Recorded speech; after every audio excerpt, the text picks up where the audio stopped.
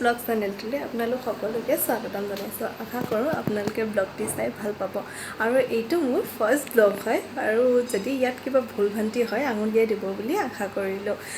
আৰু আজি এইটো যিহেতু মোৰ ফাৰ্ষ্ট ব্লগ, মই ভাবি পোৱা নাই যে ব্লগটো মই দিম আপোনালোকক ব্লগত।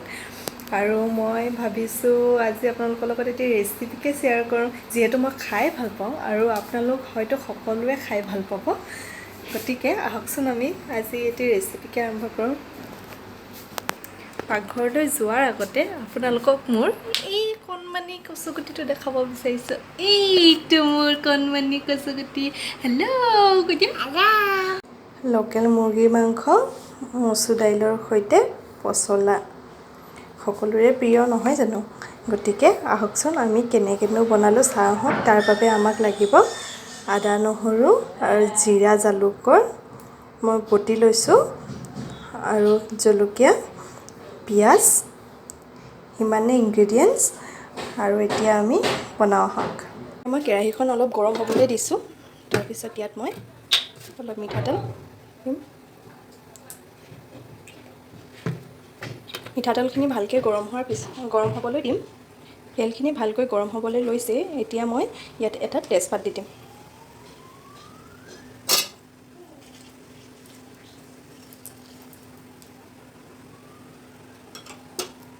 ইয়াত মই এতিয়া কাটি থোৱা পিঁয়াজখিনি দি দিম।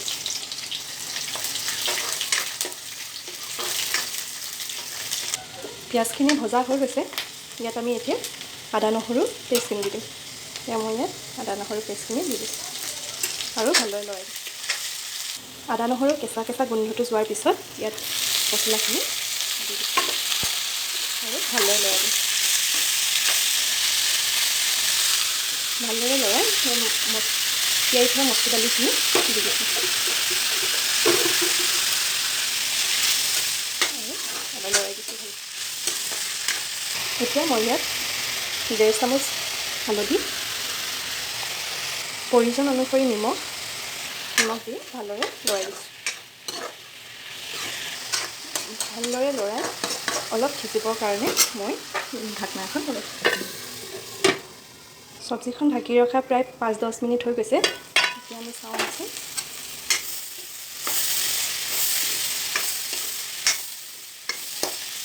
আকৌ এবাৰ ভালদৰে লৰাই আমি ইয়াত ভাজি ৰখা লোকেল মুৰ্গীখিনি দি দিম।